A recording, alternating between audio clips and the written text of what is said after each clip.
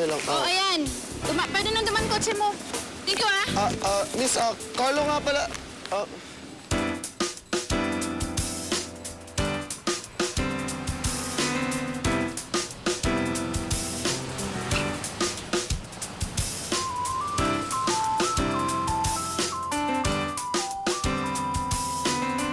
Here's your order po. Enjoy your meal.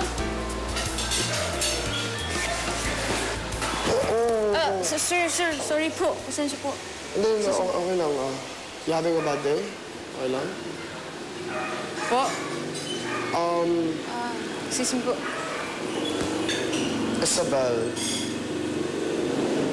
Small world, Hi. Po? Hindi, ako yung nagpapakilala sa'yo kanina. Pero tumalikod ka kagad kasi kanina na busy. By the way, I'm sorry. My name's Carlo. Sir, sorry po. Bawal po kasi sa amin ng mga ganyan eh. Okay. That's actually good to hear. Sorry po ulit. No. How's the place? I mean, like, how's it being run? Is it okay lang? Kuya? It's great. Okay naman yung business. Kuya! I miss you, Kuya! Sure. Nandito ka na, hindi ka nagsabi. Dapat sinundo kita sa airport. Hindi, para surprise. At para mahuli kita kung may ginagawang kalokohan dito. Wala. Kasi sabi ni Mami, ako daw bahala dito sa negosyo ngayon. Kasi nagkaroon sa States, mas gusto daw doon eh. Kuya, hindi ko kailangan ng guard. Excuse me. Okay. Isa pa. Kuya, hindi ko kailangan ng gwardiya. Wait lang, nasa yung mga pasalubong ko? Andun sa bahay ang mga bagahe ko. But first, first, I want to know what's going on with this restaurant and gusto kong makilala yung mga staffs ng restaurant na to. Hindi mo kailangan mag-alala, Kuya. Sige, halika dito. Ito, siya si Isabel. Siya yung bagong waitress dito, di ba? Yeah, nagkakilala ko namin. Yun pala eh. Sige, kwentuhan man lang ako sa nangyari sa States, Kuya. Miss ko na kayo. Ano ba nangyari sa States? Isa pa. Sabihin mo ulit. Excuse na excuse.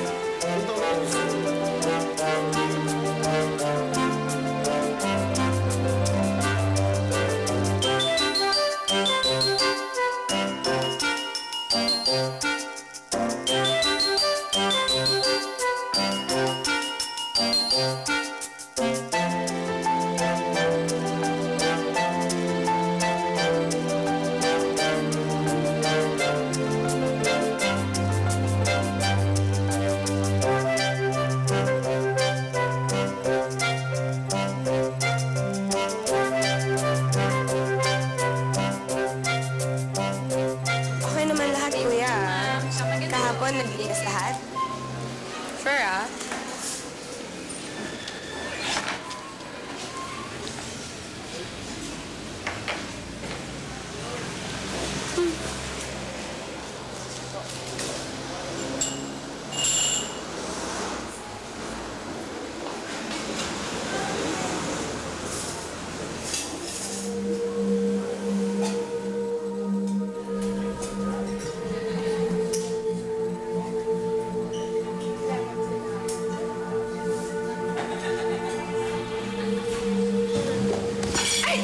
Isabel, watch it! Sorry po, ma'am.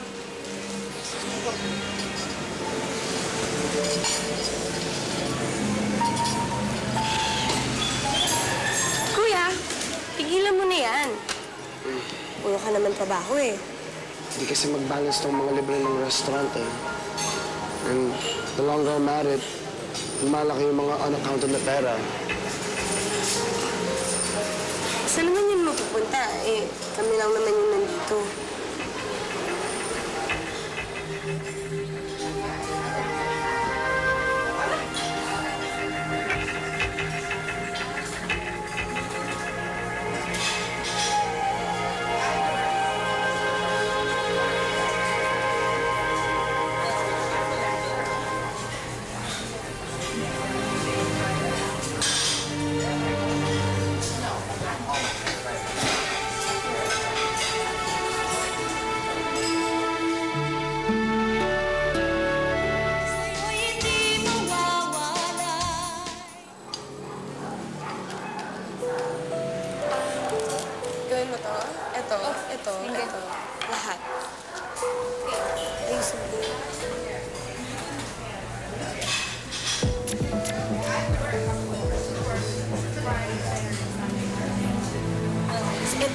ayos mo rin, ha?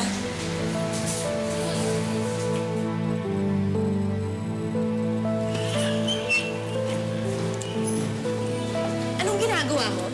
Ma'am, wala po, ma'am. Wala po. Susunod po. Isabel! Kaya siguro nawawalan ng pera dito, no? Ma'am, hindi po. Alam mo, if Kuya finds out, siguradong sisisantayin ka niya agad. Wala akong ginagawa.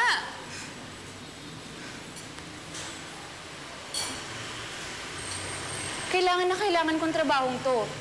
Kaya wala akong gagawin para mawala sa akin to. Good. Buti nagkakaintindihan tayo. Alam mo, Isabel, pwede naman tayo maging mabuting magkaibigan. Kung gusto mo. Kaya ito, papalampasin ko muna. Okay? Wala naman po akong ginagawa eh. Basta! This will be our little secret. Ha? Pag may kailangan ka, nandito lang ako. Tandaan mo.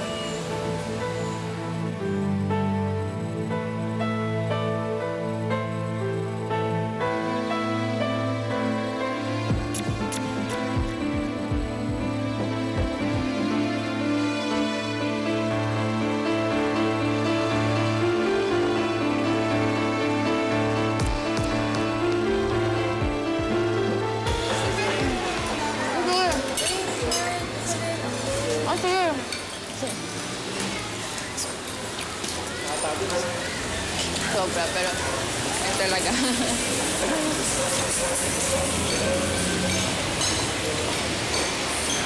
Huh? Siyempre, diba? Richard, pwede dun ka muna. Sandali lang. Ma'am, patapos na po. Hindi, umaupo ka.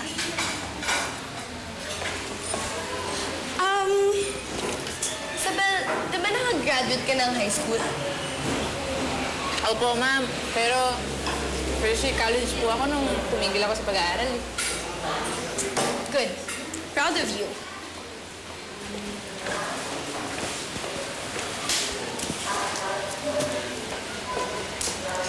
Kaya mo to. Ma'am, ano po yan? Notebook. Ito, ha? Akin to. Kailangan ko yan lahat. Research paper, tomorrow morning. Maaga ka dapat pumasok dito. Kukunin ko bago ako pumasok. Okay? Okay? Alam mo, Isabel, magkaibigan naman tayo eh. At sobrang liit lang to na favor kumpara sa guilty conscience ko na dapat sinumbong pa kita kay Kuya. Pero, ma'am, wala po kayong dapat isumbong. Isabel, ayokong mawalan ka ng trabaho. At ayaw mo rin yun, di ba?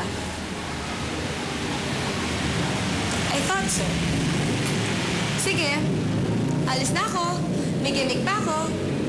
Tomorrow morning, research paper, kompleto, walang mali, kailangan ko. Hindi late. Do not forget.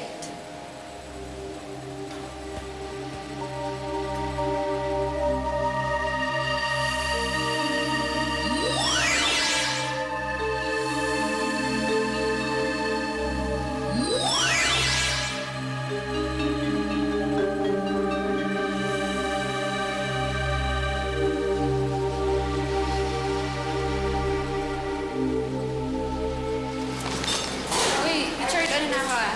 Bye! Sir, tapos na po yung shift ko. So, yan na. Pauwi ka na ba? Po? Sige, hatid na kita. Dalo. Sir! Sir, wag na po. Okay lang. Okay lang po ako. Baka naman. Basta po. Okay na po ako. Bye po. Wait lang. Sige, ganito na lang. Don't think na parang I'm giving you a favor. Isipin mo na lang na ako humingi ng favor sa'yo. Pero sir, ano namang favor yun? Gusto ko kasi sanang mamasyal. Kaso, wala akong kasama and I was hoping you would come with me. Kasi medyo matagal na rin ako hindi nakawin ng Pinas. Sir... Don't call me sir. Carlo. Nakakaasiwa na yung sir eh. Parang magkaedad lang tayo eh. Pasensya na po, pero wala po akong time mamasyal eh. Pwede ba naman yun? Huwag mo sabihin purong trabaho lang. Well, sa mga taong tulad ko, luho na yung mamasyal. Tsaka, marami pa akong gagawin eh, so... Ano, parang wala pa kang 20 years old, pero parang 50 years old ka na mag-isip. Alam mo ako, kasi I have a lot of things na I have to do rin na kailangan gawin. Pero sometimes, kailangan rin mag-enjoy, maging masaya.